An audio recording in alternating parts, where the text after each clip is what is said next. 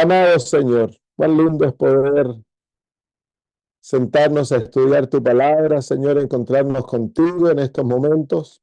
Es un privilegio, Padre nuestro, el poder, como niños, hijos tuyos, Señor, venir ante tu presencia, sentirte a ti, Señor, hablándonos a través de tu palabra, guiándonos a una experiencia más profunda contigo, Señor. Venimos, Padre, necesitados, pobres, ciegos, desnudos, miserables, Señor.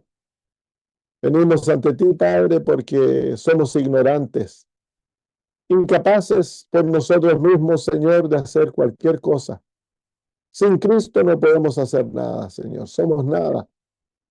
Pero no desesperamos porque en Cristo, Señor, lo tenemos todo. Él es la fuente de las riquezas que tú nos has otorgado. Todo lo has puesto en Él, Señor. Y por lo tanto, Señor, esta mañana o esta tarde, noche para otros, mis hermanos en otros lugares, nos aferramos a Jesús. Sembramos nuestras esperanzas en Él, Señor, sabiendo, Padre, de que a través de la fe lo tendremos todo y que tú, Señor, nos hablarás hoy, nos guiarás en el estudio, nos enseñarás. Bendito sea tu nombre, lo pedimos por Jesús. Amén. Muy bien, entonces estamos en Apocalipsis capítulo 20.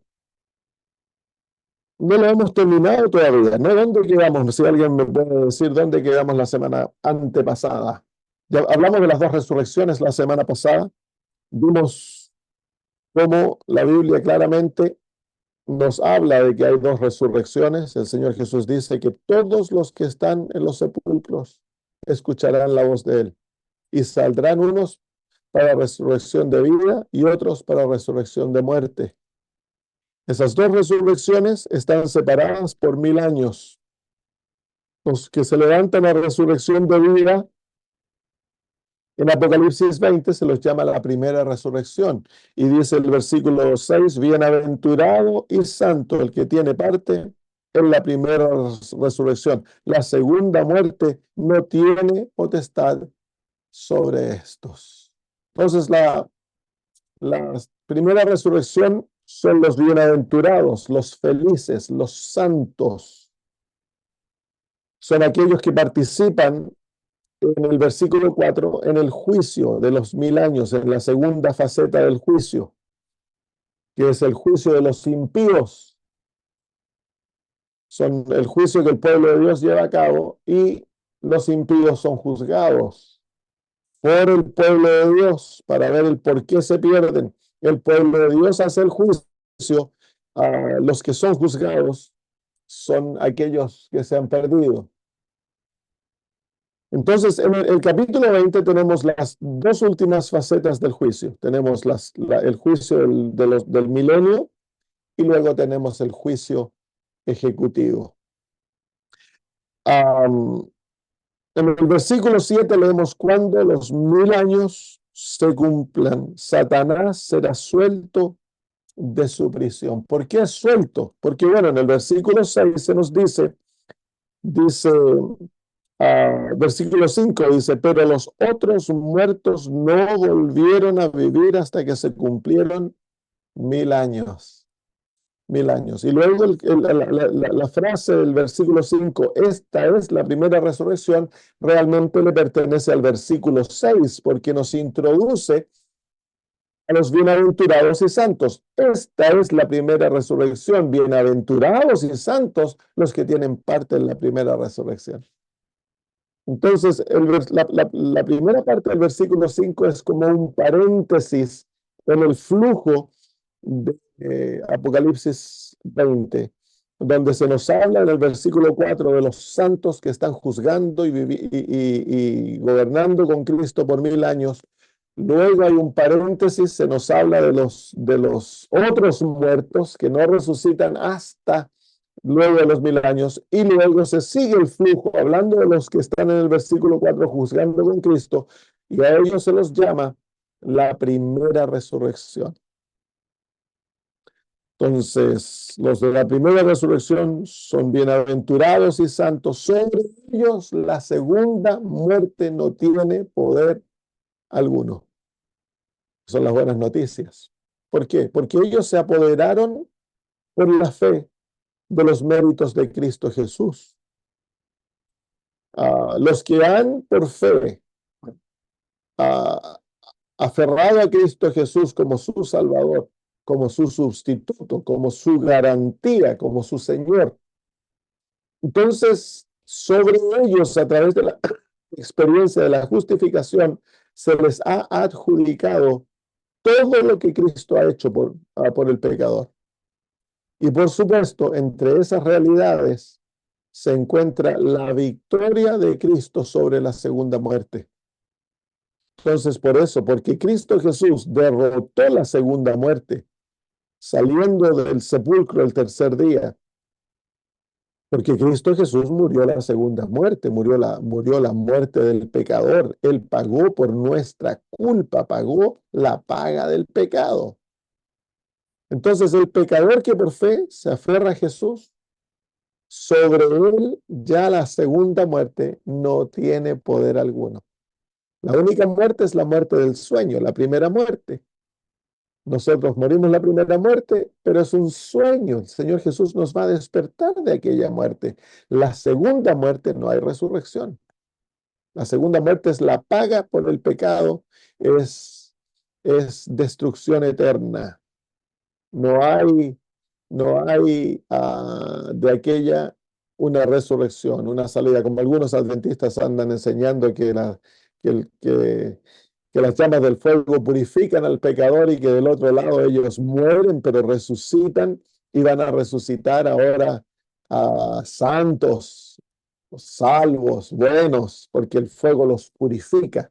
Pero eso son ideas que no tienen fundamento en las escrituras ni en el espíritu de profecía. Son, son doctrinas heréticas, tristemente, que están siendo introducidas dentro del pueblo de Dios para sacarnos del mensaje que el Señor nos ha dado. Así que la segunda muerte no tiene poder sobre los de la primera resurrección, pero el versículo 7 nos dice que Satanás al fin del milenio es soltado, dice, de su prisión. ¿Cuál era la prisión? Él fue encadenado y fue echado en el abismo. Las cadenas eran las cadenas de circunstancias, pues no había quien tentar, se encuentra solo con sus ángeles en la tierra por 1000 años, y la prisión es el abismo, que es la tierra desolada, oscura, vacía, donde él habita por 1000 años y donde él es sellado. No es permitido salir de este planeta. Entonces queda la tierra, que era el cuartel de su rebelión contra Dios, donde él predicó y enseñó y engañó al mundo a rebelarse y a buscar una libertad sin ley. La satisfacción del yo llegó a ser el clímax. Este planeta llega a ser su prisión. Y así era la prisión de Satanás, porque dice la Biblia de que él fue encadenado en cadenas de oscuridad, él y sus ángeles. Entonces, el planeta, pero ha tenido tanta actividad por los últimos 6000 años, tan ocupado ha estado que no ha tenido tiempo de pensar en los resultados de su rebelión, ni tampoco ha querido. Se ha enceguecido en su rebelión y en su propósito de derrocar el gobierno divino, que lo ha enceguecido, el orgullo lo ha enceguecido totalmente, pero por 1000 años él va a ser forzado por las circunstancias a mirar los resultados de su rebelión. ¿Y qué es aquello que él ha dado como fruto de su rebelión contra el reino de Dios? Dolor, miseria, muerte, degeneración, de lo más profundo. No hay nada bueno como fruto de la rebelión de Satanás.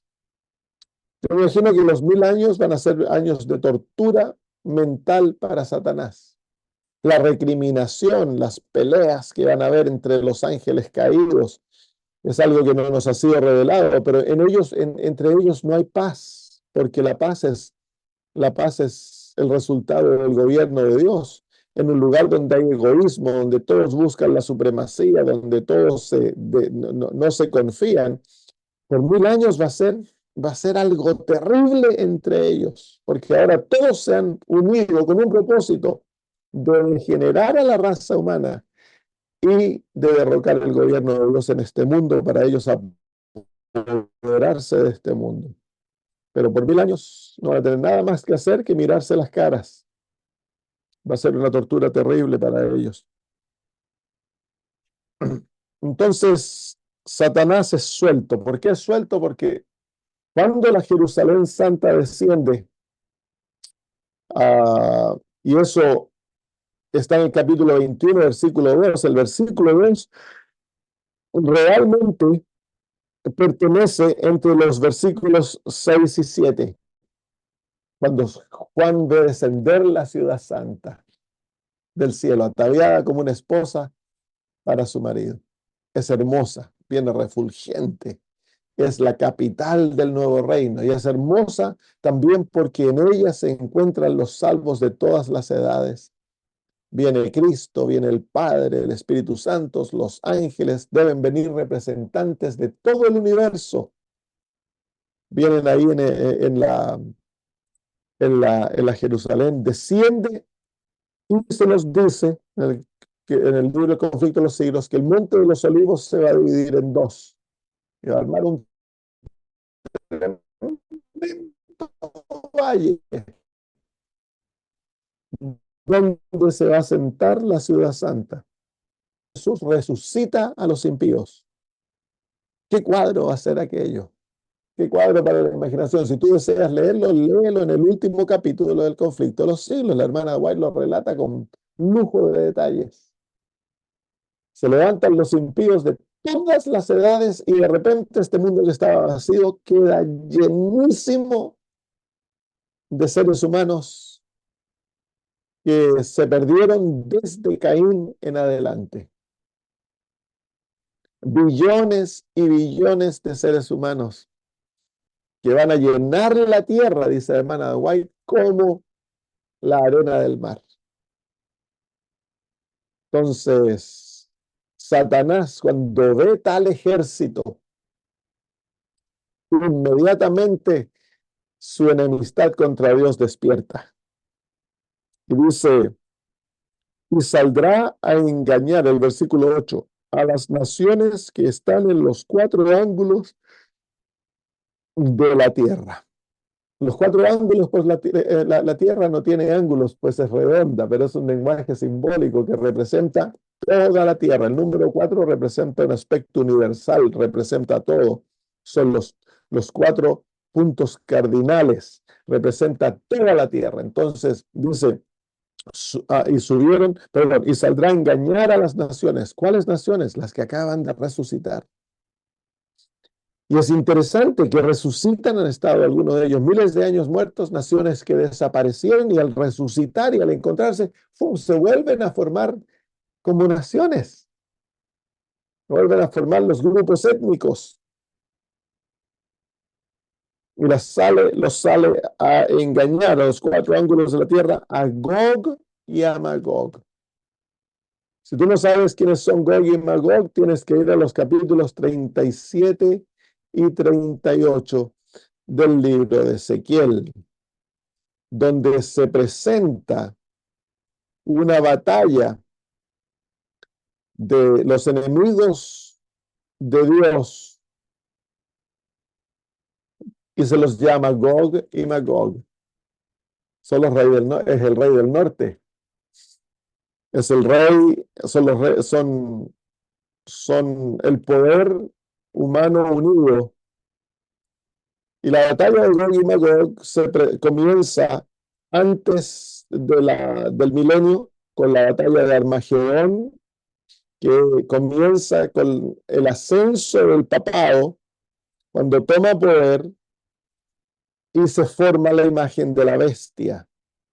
Con la formación de la imagen de la bestia, comienza entonces la batalla de Armagedón, que es el último esfuerzo de Satanás para destruir la iglesia, el pueblo de Dios.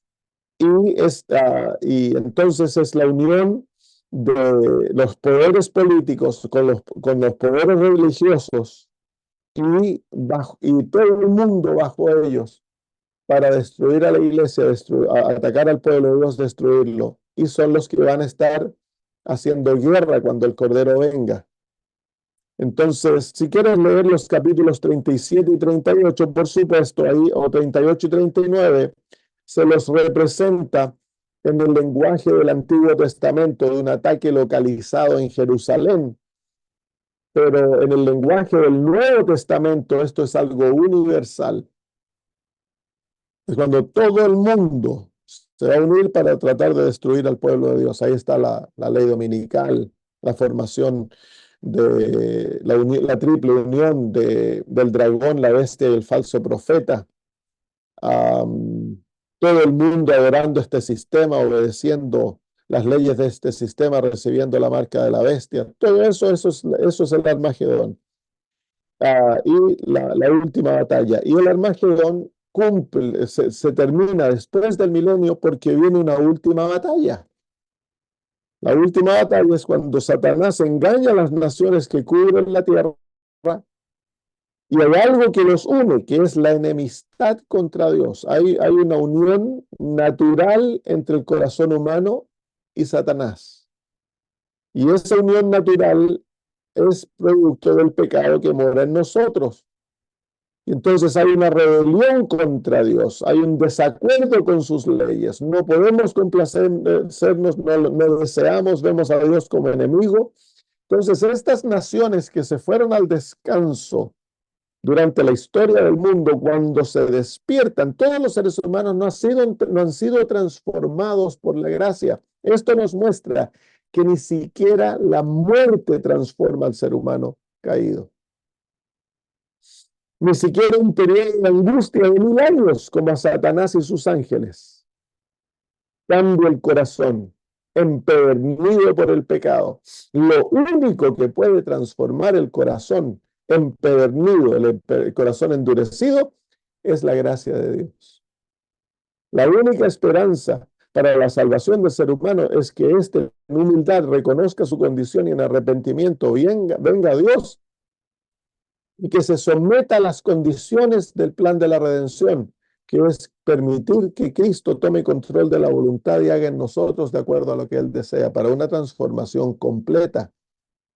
Esa es la única esperanza. En estos dos grupos, Satanás y sus ángeles y los seres humanos resucitados, vemos que no importa cuánto tiempo Dios le dé a Satanás, a sus ángeles y a la raza humana,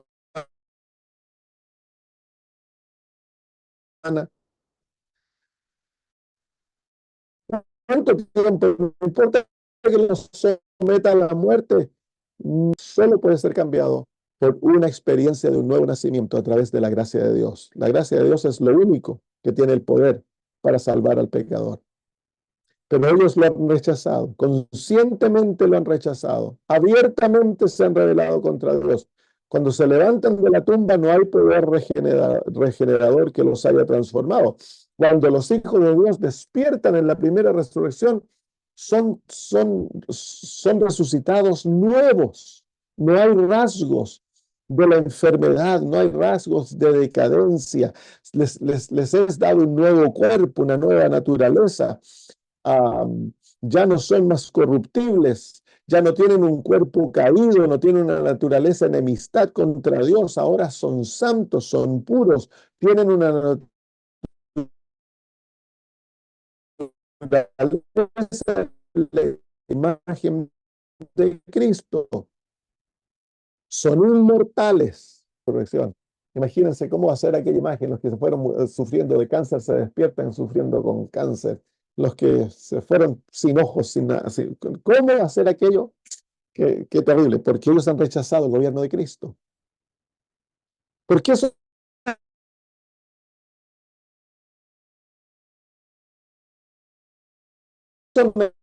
entonces resucitados. ¿Para qué resucitarlos? ¿Por qué no dejarlos que simplemente ellos sigan muertos? Pecado. La muerte es simplemente una consecuencia del pecado. Es Dios obrando en misericordia, permitiendo que descansemos y no vivir una vida de sufrimiento en este mundo de pecado. Entonces Dios es misericordioso, nos permite un tiempo de gracia para el cual podemos salvarnos. Y al final de aquel tiempo de gracia somos puestos al descanso y luego viene el juicio. Aquí en el universo han participado los ángeles y las inteligencias no caídas en el juicio, en el primer juicio entre 1844 y hasta el fin del tiempo de gracia. La segunda faceta del juicio han participado los santos. Los santos son los que juzgan.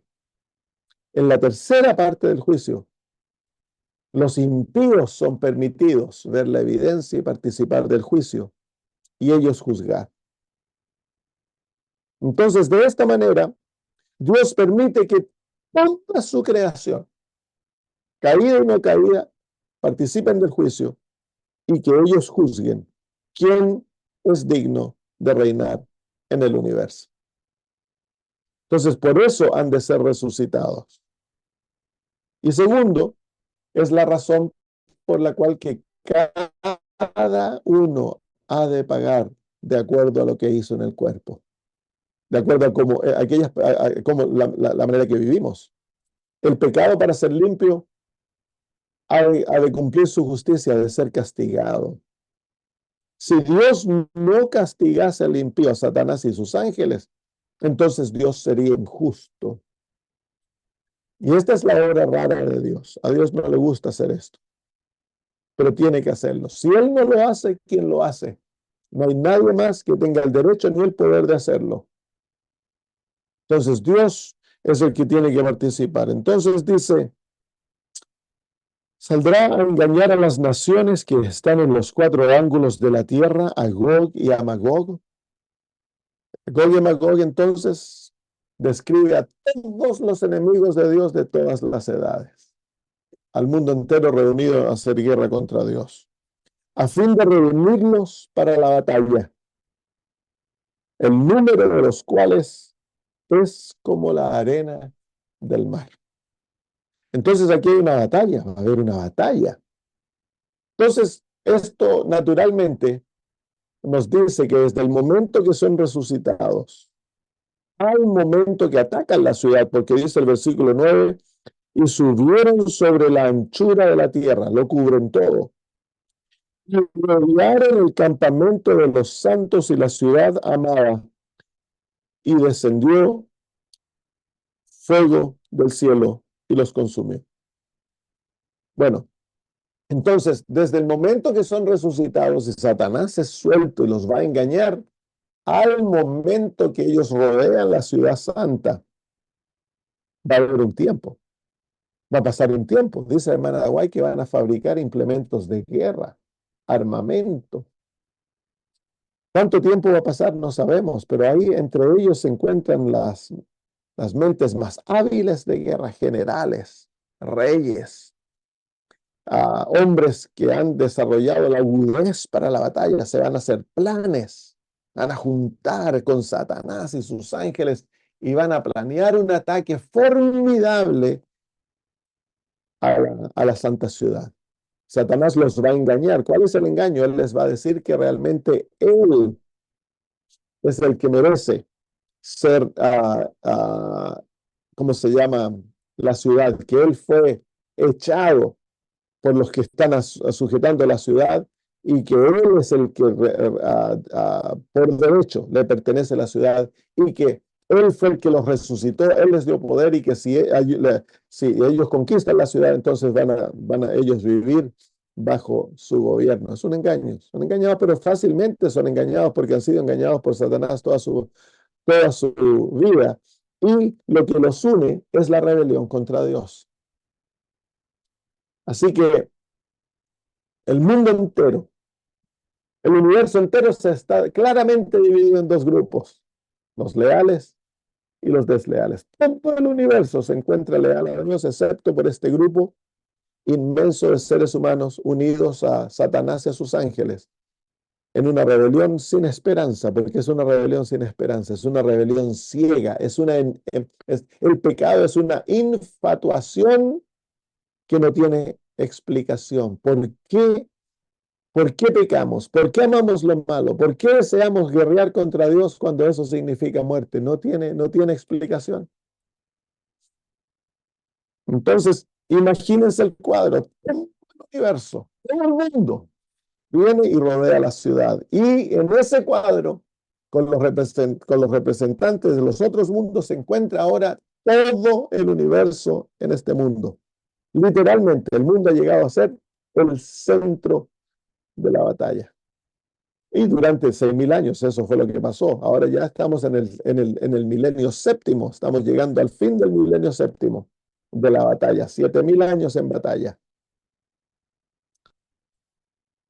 Muy bien, subieron sobre la anchura de la tierra y rodearon el campamento de los santos y la ciudad santa. Y luego viene aquí, y de Dios descendió fuego del cielo y lo consumió.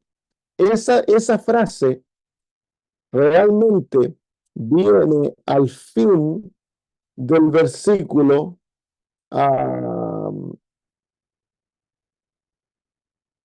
perdón, viene al fin del versículo 13.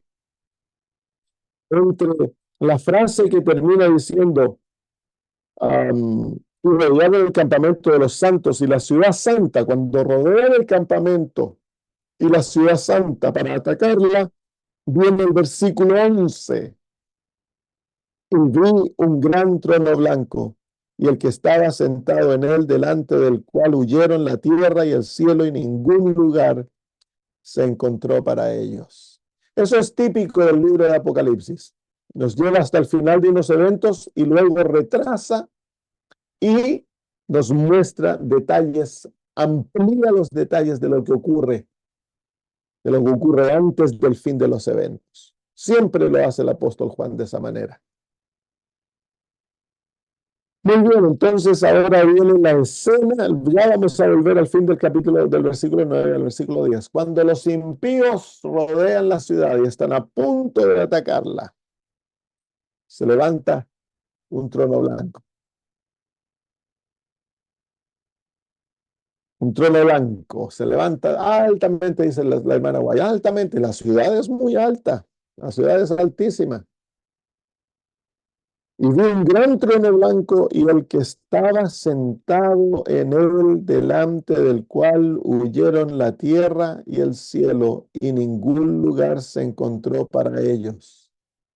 ¿Quién es este que se sienta en el trono blanco del cual huyó el cielo? Es Jesucristo. Es palabra que se nos muestra, ¿no? Cuando Cristo desciende, el cielo se recogió como un rollo que es quemado. Es Jesús el que está sentado en aquel trono blanco. ¿Por qué está sentado en un trono blanco? Porque llegó la hora de su última coronación. Cristo Jesús ahora va a ser coronado como Rey de Reyes y Señor de Señores. Imagínense la escena. Todo el universo se encuentra presente para la coronación de Cristo, porque dice en el libro de Filipenses que la obra final del plan de la redención, en Filipenses capítulo 2, el versículo 9 dice, por lo cual Dios también le exaltó hasta lo sumo y le dio un nombre que es sobre todo nombre, para que en el nombre de Jesús se doble toda rodilla de los que están en los cielos y en la tierra y debajo de la tierra, y toda lengua y confiese que Jesucristo es el Señor, para la gloria de Dios Padre. Así que el Señor, Dios entonces va ahora a exaltar a Cristo como el Rey de Reyes y Señor de Señores. Ahora se finaliza, al finalizar el juicio, Cristo va a recibir finalmente el reino y Él va a reinar como Rey de Reyes y Señor de Señores. Él va a ocupar la posición más alta en el universo en sujeción a su Padre, como siempre ha sido.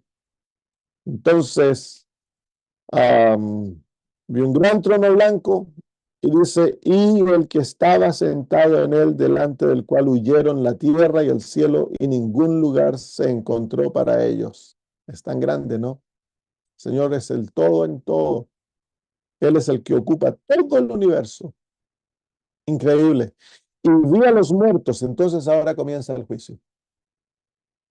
La hermana Guay lo describe maravillosamente. Dice que cuando Jesús está siendo coronado, Satanás ve al ángel que está poniendo la corona sobre la cabeza de Jesús. Y fue el ángel que tomó su lugar. Y ahí comienzan a, a fluir en su mente las memorias de aquel tiempo cuando él era santo y feliz. Cuando él moraba en la presencia de Dios y tenía gozo sin límite. Lo ve todo, se acuerda de todo. Escucha los cantos maravillosos de los ángeles y de los santos. Y eso paraliza a la muchedumbre. Y luego allá detrás de la cruz y en el cielo, me imagino, se comienza a proyectar el plan de la redención y en la mente de cada ser humano comienzan a ver todo lo que Dios ha hecho. Los libros se abren. Al decir los libros se abren es que se revela la evidencia, se muestra la evidencia. Y aquí los impíos comienzan ellos a ver la evidencia. Todo lo que Dios ha hecho, no tan solo personalmente, sino que universalmente. Todo lo que Dios ha hecho para rescatarlos. Satanás ve cuántas veces Dios le habló, cuántas veces lo trató, cuántas oportunidades, cuán longánime fue Dios con él en el cielo antes que fuera echado del cielo. Cómo Dios incluso le permitió después de volver a entrar al cielo. Cómo Dios ha dado la libertad al ser humano para salvarse, perderse. Ven el gobierno de amor, el gobierno de misericordia, ven a Dios sufriendo, ven a Cristo, al Dios del cielo encarnado, viniendo a vivir por nosotros, a morir, lo ven maltratado, escupido, golpeado, y luego ven todas las veces que el Señor les apeló a su conciencia, los llamó al arrepentimiento, y como ellos escogieron libremente negarlo, apartarse, rechazarlo. ¿Cómo escogieron ellos? Perderse. Y así no sé cuánto tiempo eso va a pasar. Nuevamente es un largo tiempo. Es un momento increíble porque Dios aquí muestra los principios de su gobierno. Que Dios no escogió a nadie arbitrariamente para perderse o salvarse. Que Dios simplemente al fin de todo nos da los frutos de lo que nosotros escogimos. Entonces ahí viene el juicio. El juicio es el último juicio, es la oportunidad. En este es el único juicio en que todo el universo participa. Están los ángeles, está Dios el Padre, Dios el Hijo, el Espíritu Santo, están los ángeles, están los seres no caídos, los representantes de los mundos no caídos, están los salvos, aquellos que cayeron y fueron rescatados por el plan de la redención, está Satanás y sus ángeles, y están todos los seres humanos que se han perdido. Todos están parados ante el asiento del juicio de Jesús.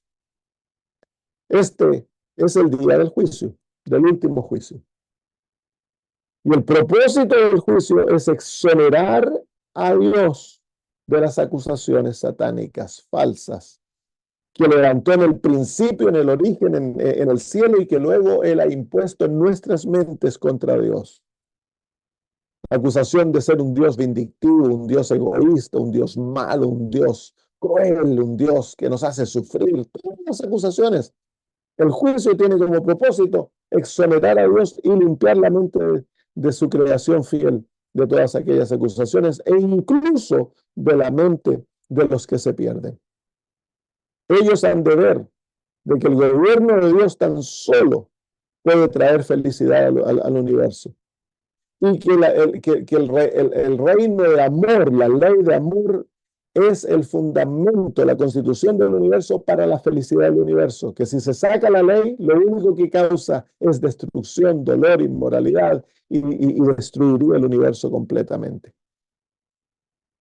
Entonces, al ver cada uno de los impíos, dice ahí el versículo 12, y vi a los muertos, grandes y pequeños, de pie ante Dios.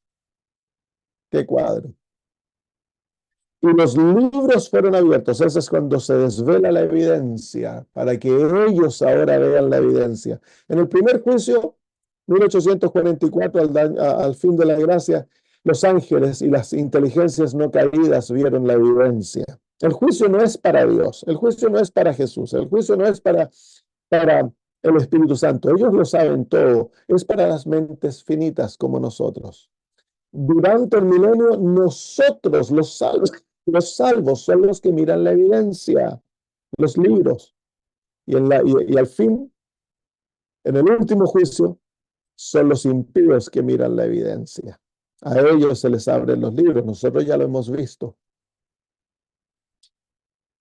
Y vi a los muertos grandes y pequeños de pie ante Dios, y los libros fueron abiertos. ¿Están de pie ante cuál Dios? Ante Jesucristo. Ellos no tienen el poder de ver a Dios el Padre. Ninguna mente caída puede ver a Dios el Padre. Solamente aquellos que han sido regenerados por la gracia divina podrán ver a Dios el Padre. Los caídos no pueden ver a Dios. Así que, ¿quién es este Dios del cual ellos están delante? Es Jesucristo. Él es nuestro Dios y Señor, dice la Biblia. Los libros fueron abiertos y otro libro fue abierto. Y lo otro que nos dice es que Dios el Padre le ha dado todo juicio de perdición a Cristo Jesús. Cristo Jesús es el juez que participa en el juicio del milenio y en el juicio después del milenio. Dios el Padre es el juez que participa durante el juicio de la iglesia. Él es el que oficia como juez, porque es un juicio hecho en favor del pueblo de Dios. Tiene como propósito salvar a la iglesia. Es el último acto de Dios, del Evangelio, de salvar al pueblo de Dios. Luego de ahí Cristo toma el lugar de juez, porque Él va a hacer el juicio, Él es encargado del juicio de condenación.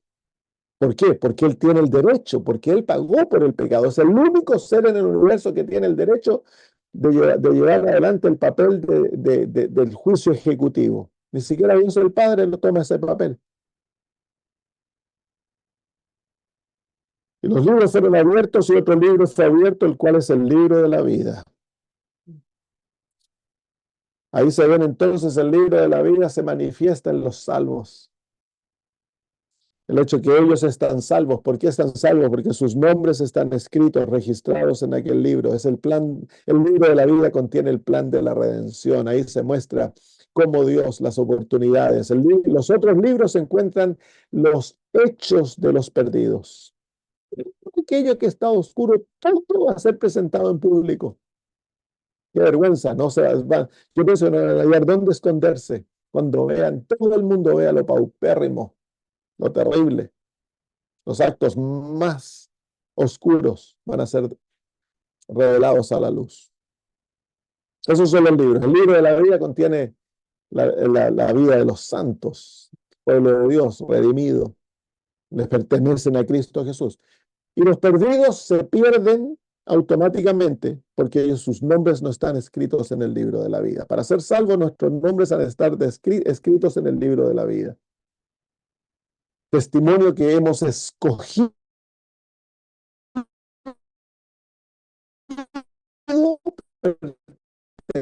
pertenecerle al Cordero. Los muertos por las cosas que estaban escritos en el libro, en los libros, según sus obras. Entonces son las obras, son la manera que vivimos nuestra vida que nos juzga. No es un acto arbitrario de Dios. Las obras a ser demostradas, para quedar claramente demostrado por qué los salvos son salvos y por qué los perdidos son perdidos. Y no va a haber nadie que levante la mano y diga, Señor, yo pienso que eso es injusto. Las obras hablan por sí mismas.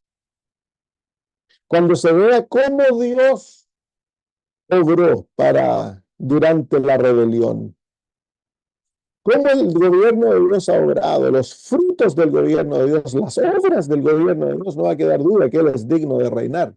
Y cuando el gobierno de Satanás, el gobierno de la rebelión, sea manifiesto y se vean los principios por los cuales obró y los frutos del gobierno de Satanás, no va a quedar duda que merece ser destruido.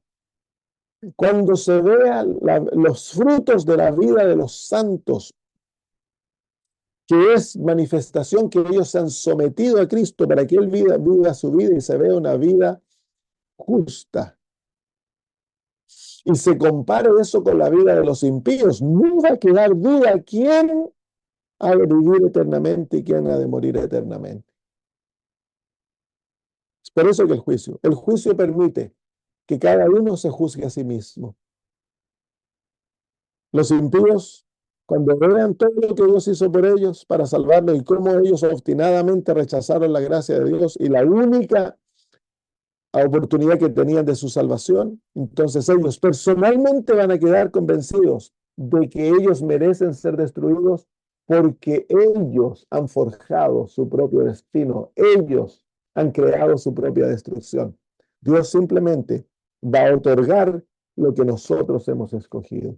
Al pueblo de Dios, vida eterna, porque ellos han escogido y han demostrado en su entrega total, en su fe, en su amor a Dios, en su vida que ha sido otorgada, que ellos son dignos de la vida eterna por Cristo Jesús. Los impíos son dignos de la muerte eterna porque ellos han escogido libremente aquel destino. Muy bien, el mar, dice, entregó los muertos que había en él, y la muerte y el Hades entregaron los muertos que había en ellos, y fueron juzgados cada uno según sus obras. Nuevamente, 2 veces se repite eso, es el énfasis del capítulo. Todos son juzgados, cada uno según sus obras. Todos, nadie se escapa. Los que los comieron los tiburones, todos vienen, todo sale. Y la muerte y el Hades fueron lanzados al lago de fuego. Esta es la muerte segunda. Entonces, la muerte y el Hades, la muerte y el sepulcro son echados. Entonces, aquí viene el fin del versículo 9. En alguna parte que está quemándose, ¿no? El versículo 9 dice, y de Dios descendió fuego del cielo y los consumió. Entonces aquí tenemos, ¿de dónde viene el lago de fuego? Cae de Dios fuego del cielo. Y el resultado es que los consumió. Entonces el fuego los consume. El resultado, en otras palabras, esa frase es un resumen de todos los eventos que ocurren con el lago de fuego. ¿Cómo se crea el lago de fuego? Procede de Dios. Viene fuego del cielo y cae sobre los impíos. Y el resultado es que los consume. Y dice el versículo 10, y el diablo que los engañaba fue lanzado en el lago de fuego y azufre, donde estaban la bestia y el falso profeta, y serán atormentados todos serán atormentados día y noche por los siglos de los siglos. Entonces, los siglos de los siglos se refiere a la consecuencia. Recuerden que nos han dicho ya que son consumidos, no van a ser quemados por siempre. No, los siglos de los siglos, esta frase se refiere simplemente a las consecuencias del fuego, van a dejar de existir. No, el fuego los va a quemar y van a ser terminados para siempre. Entonces, dice la hermana igual que justo antes que esto ocurra, cuando se acabe el juicio, todo el universo se postra ante Cristo Jesús. Toda rodilla se postrará, toda rodilla se dobla y toda lengua confesará que Él es Señor y que Él es digno de reinar. La rebelión ha llegado a su fin. ¿Por qué? Porque el universo, tanto no caído pero redimido, y caído pero perdido, todo el universo ahora está unido en un pulso, y el pulso es de que no hay lugar para la rebelión. Satanás y sus ángeles se postran ante Cristo, los perdidos se postran y dan voz en alto, que Él es digno de reinar y de ser coronado y de recibir el poder, la honra y la gloria. Y por lo tanto no queda lugar para la rebelión. Dice que cuando se paran de sus pies, Satanás nuevamente, ah, esa furia contra Cristo lo motiva a motivar a las naciones a atacar, pero dice que no hay ni uno entre toda esa multitud, no hay ni uno que responda al engaño satánico. El juicio ha abierto sus ojos y se han dado cuenta de que no hay propósito, de que ellos merecen ser destruidos, que no pueden ya seguir guerreando contra el gobierno de Dios. No hay ni uno que responda. El engaño satánico ha sido quebrado por el juicio. Entonces ahora ellos merecen, ellos saben que merecen la destrucción, que no hay lugar para ellos en el universo de Dios. Y es ahí cuando cae fuego del cielo y los consume.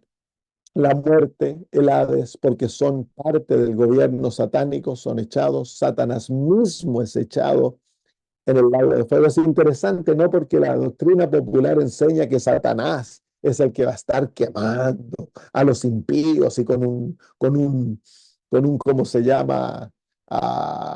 ¿Cómo se le llama? Una horqueta, los va a estar ahí causándoles daño y que por siglo tras siglo tras siglo se van a estar quemando y sufriendo y van a estar añorando que se les dé una gotita de agua en la lengua y que van a estar, nunca van a cesar de ser quemados. Bebés, niños, mujeres, viejos, hombres, todos y los ángeles de Satanás, deleitándose en en el sufrimiento de los que se están quemando y Dios arriba mirándolos y diciendo se lo merecen.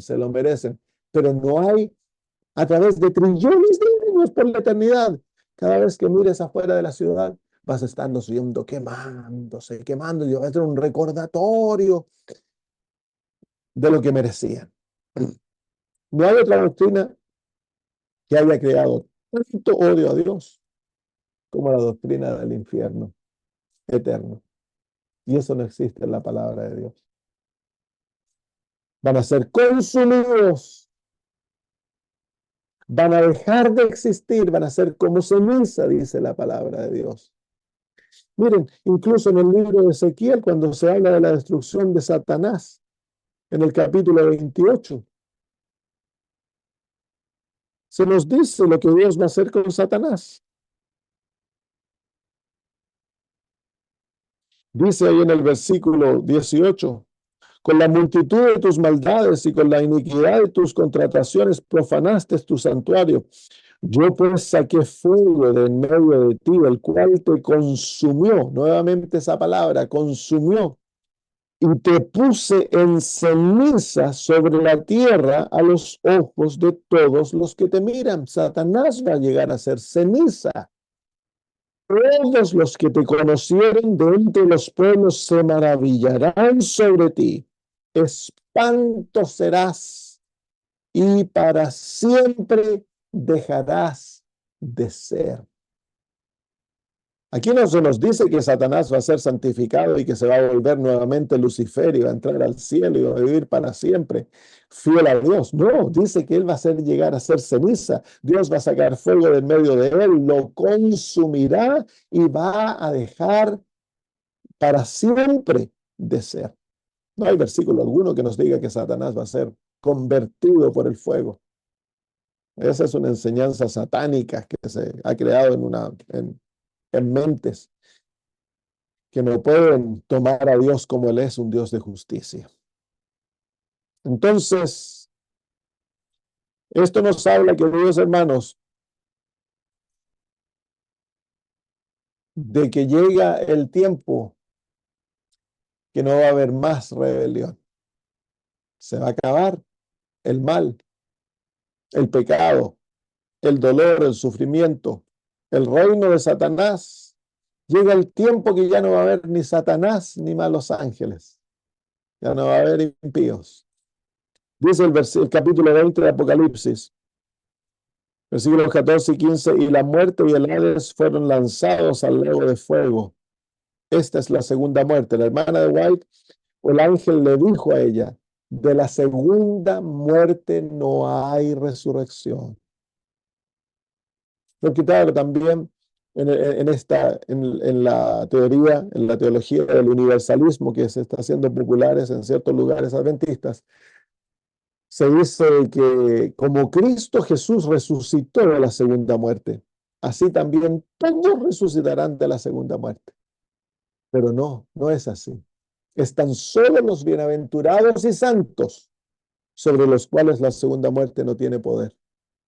Sobre los que resucitan en la segunda resurrección, la segunda muerte tiene poder. Y de la segunda muerte, que es la paga del pecado, no hay resurrección.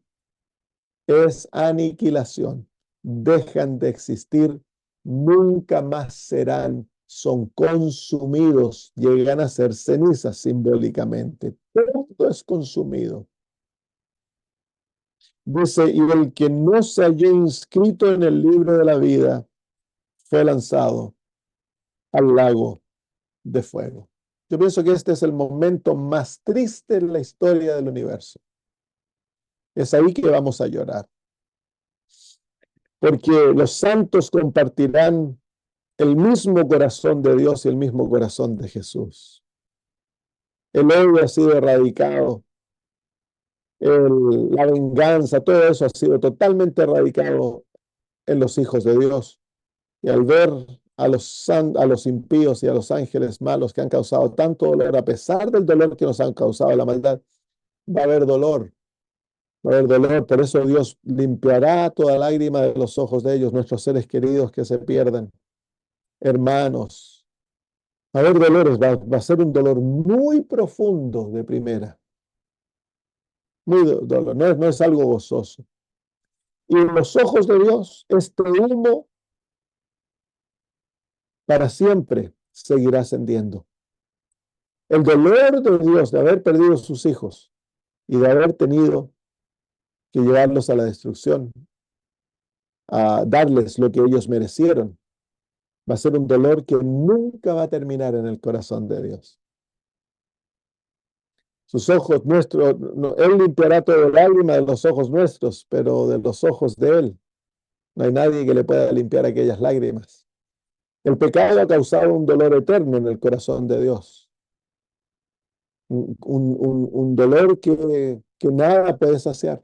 La felicidad del corazón, lo que va a traer felicidad eterna a Cristo, a Dios, es el vernos a nosotros, a sus hijos redimidos, a los que el plan de la redención rescató, dice el libro de Isaías 53, que Él se sentirá satisfecho al ver a sus hijos. Pero hay otro aspecto de esa realidad en la cual va a haber mucho llanto. Es por eso que es después del milenio que el Señor, una vez que el juicio se acaba, dice que Dios enjugará toda lágrima de los ojos de ellos.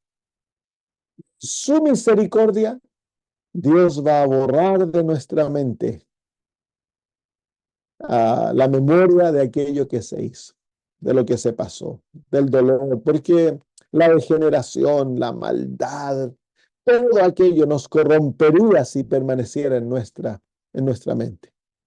Entonces Dios va a borrar de nuestra mente cuando ya el último de aquellos que ha sido quemado, que será Satanás. Aquel lago de fuego no es un lago instantáneo. Van a haber algunos que van a desaparecer así, pero van a haber otros que van a sufrir más largo. Algunos dicen la Biblia que sufrirán pocos latigazos, otros van a sufrir muchos latigazos. Entonces, el castigo del lago de fuego es un castigo de acuerdo a las obras. Y es un castigo que va de acuerdo a la maldad que se practicó, a las oportunidades que fueron rechazadas. Entonces, una persona que rechazó a Cristo, pero vivió una vida no tan mala, va a perecer inmediatamente, pero otros van a sufrir más. Y el que va a sufrir más de todos, por supuesto, es Satanás, porque sobre él se cargarán los pecados de todo el pueblo de Dios. Porque el pecado tiene que ser justamente castigado. Y sobre el autor del pecado cae toda la culpa de aquellos que fueron perdonados por la sangre de Jesús. Así que el perdón no deshace la culpa. El perdón del pecado transfiere mi culpa a Cristo Jesús. Y de Cristo Jesús pasa a los libros del cielo, donde quedan salvaguardados. Y de ahí entonces son transferidos a Satanás. Y es Satanás el que lleva la última culpa. Al impío que se pierde, él paga por su propia culpa. En otras palabras, la culpa no es algo que se desvanece porque Cristo murió o porque el Señor nos perdonó. En el perdón del Señor era como que nuestros pecados fueron echados a lo profundo de la mar y de allá nunca más son traídos a memoria. Pero eso es un lenguaje simbólico. La culpa no se deshace. Lo único que puede destruir la culpa del pecado es el fuego. Es el castigo que Dios va a permitir que venga.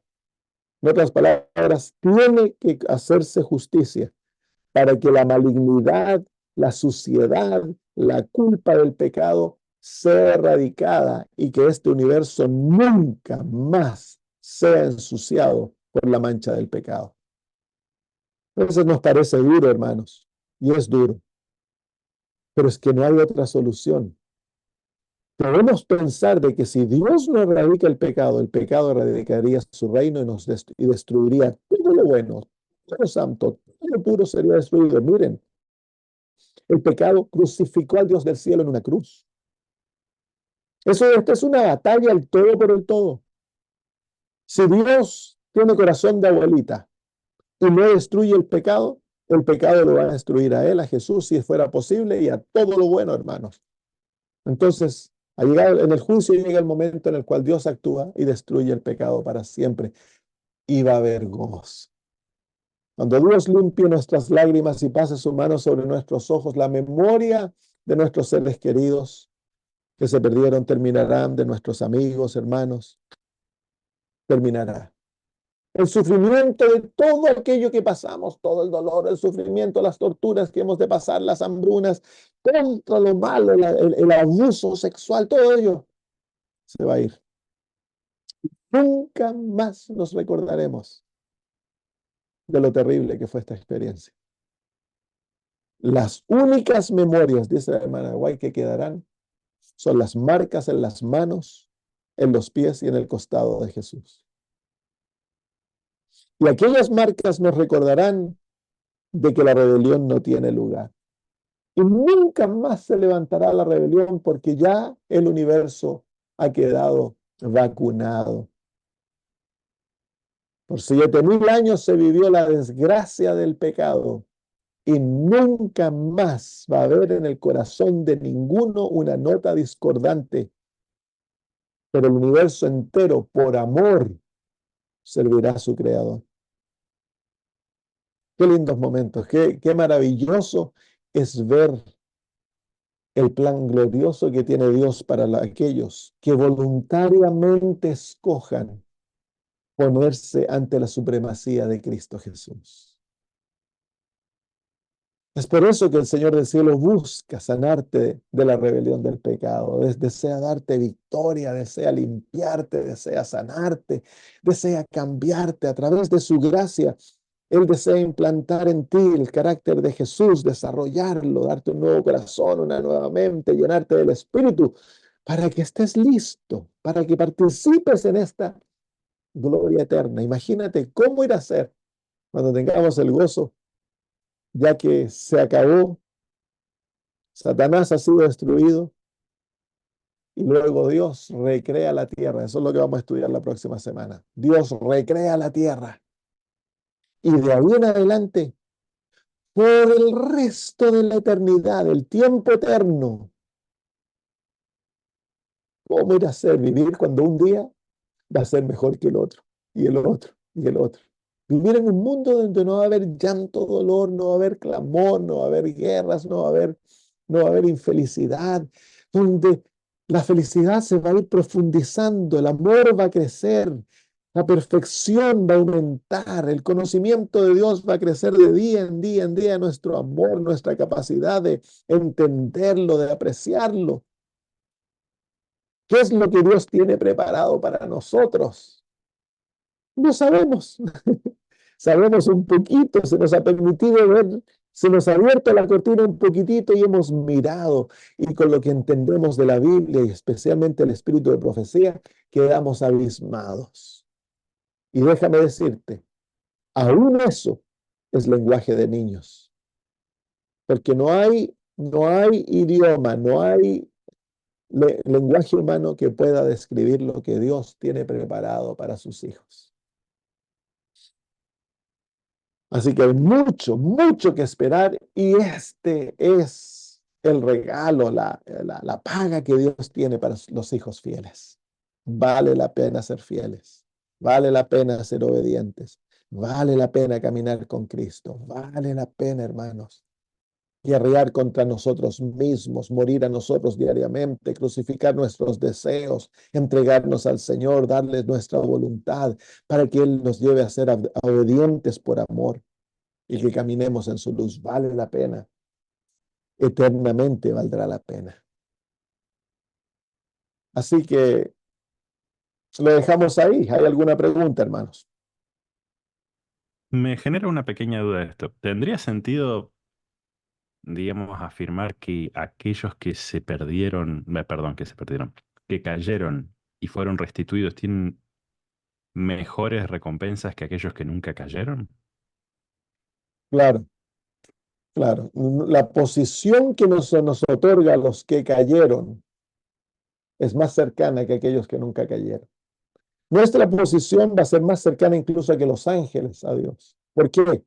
Porque la raza humana en Jesús ha llegado a ser parte de la deidad. Es por eso que nosotros vamos a gobernar con Cristo, vamos a recibir el universo como heredad. Lo que le pertenece a Cristo nos pertenece a nosotros.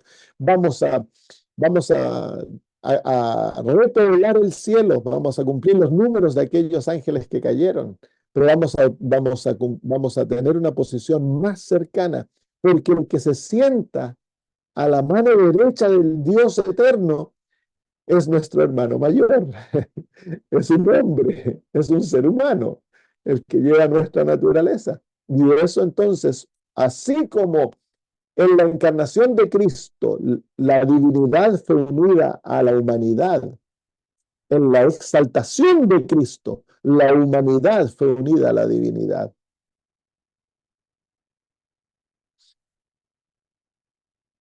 Son Y eso palabras muy sería, profundas. eso no es injusto para las otras razas, digamos, porque es como decir No, esto pues, que, no, no, no, en no, no cierta es forma, si injusto. pensándolo así, a nosotros nos convenía caer, pues el caer al final nos termina exaltando. Bueno, es que si tú lo miras de esa manera, lógico, pero es una manera ilógica de mirarla. Es que el universo no mira las cosas así. El universo, al ver el amor de Dios para salvar a una raza caída, que Él se hizo parte de aquella raza, en la exaltación del Hijo de Dios, aquella raza es exaltada con Él, es lo natural que ellos estuvieron dispuestos. Los mundos caídos no han tenido que pasar hambre, no han tenido que morir en el fuego, no han tenido que ser injuriados, maltratados, torturados, perseguidos, tentados día a día por Satanás. Ellos no han tenido que padecer nada de eso. Por eso que en la glorificación de los hijos de Dios, ellos son glorificados porque ellos han padecido con Cristo Jesús y son dignos de ser herederos. Ok, ahora entiendo, gracias. Hay una experiencia que a través de la gracia más profunda, hay aspectos del carácter de Dios que tan solo han sido revelados al universo entero, pero que tan solo han sido experimentados por aquellos que han caído. Y uno de ellos es la gracia de Dios. Los ángeles no saben de gracia porque ellos nunca han caído.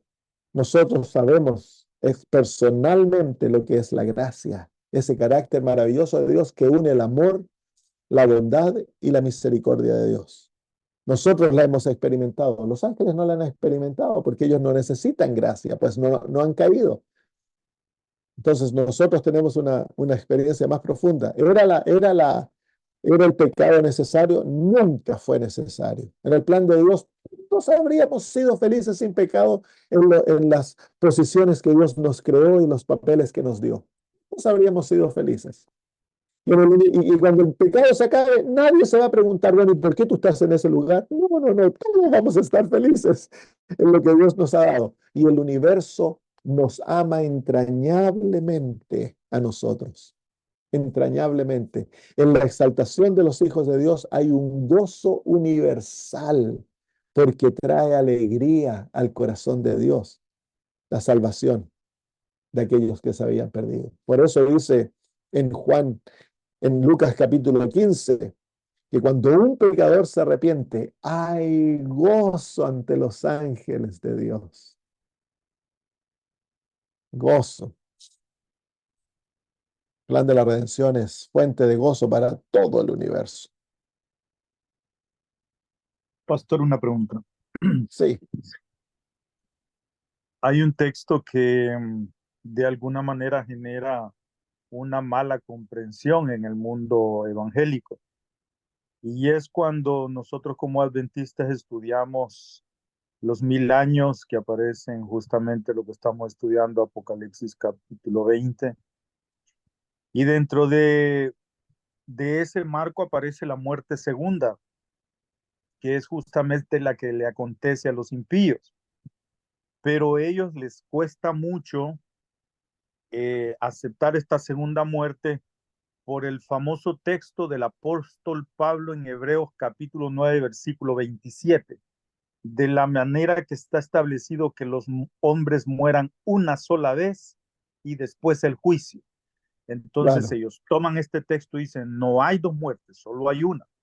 Entonces, y se defienden con este texto. claro. Aparentemente hay una contradicción, pero la verdad no. Cuando uno se compenetra en el texto de Apocalipsis 20:14, se da cuenta que realmente no no es que se esté contradiciendo con Pablo, al contrario, verifica lo que Pablo está diciendo. Pero no sé si alguna vez se ha encontrado con este contrapunto de estos dos textos.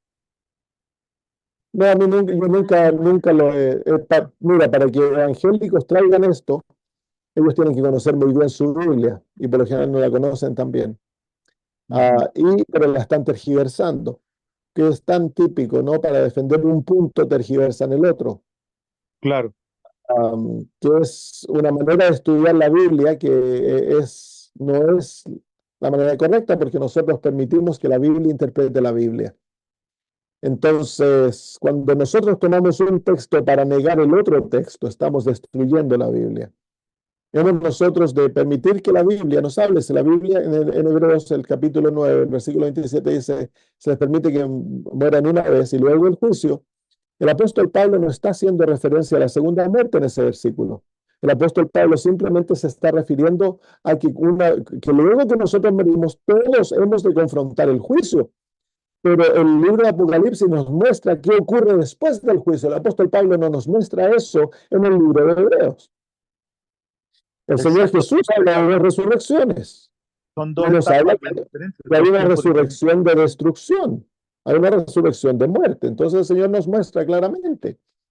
Entonces, tristemente lo hacen eso con el sábado, con la ley, lo hacen, siempre usan la Biblia para tratar de neutralizar la Biblia, en vez de que la Biblia se complemente y forme un cuadro maravilloso. Es por eso, tristemente, los evangélicos tienen una manera de ver el evangelio tan delgada, porque van negando, permitiendo que este versículo niegue el otro, entonces al final terminan con algo tan desmenuzado. La perspectiva adventista es tan amplia porque nosotros usamos el método bíblico, que es permitir que la Biblia se vaya complementando y abriendo y nos va mostrando un cuadro de 3 dimensiones maravilloso del plan de la redención. Sí, definitivamente. Y todo se torna confuso para aquel que realmente no es solícito y estudia, porque me recuerdo que en un momento yo tomé este tema del milenio y tocamos este punto y me salieron por ahí un par de hermanos evangélicos que asistían a nuestra iglesia con este texto y justamente les explicaba eso y hermanos que realmente pues no tenían ni idea de que existían estos dos textos, empezaron como a navegar como las aguas del mar, ¿verdad? Iban y Claro, venían. Entonces es un tema muy frágil realmente, en el que si no estudiamos, nos toman con sorpresa de un texto y nos dejan como el agua del mar, ¿verdad? Para allá y para claro, acá.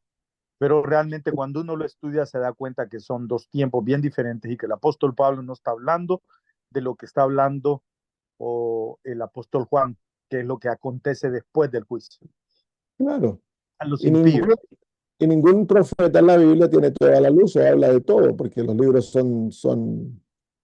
tienen límite. Entonces, la Biblia se va complementando en un aspecto y el otro. Cuando nosotros tomamos la Biblia de esa manera, encontramos luz aquí y vemos luz acá y la complementamos y tratamos de, ¿cómo se llama? Cooperamos con el Espíritu Santo para crear una complementación de la verdad. Entonces se arma un cuadro maravilloso de lo que la Biblia nos está enseñando.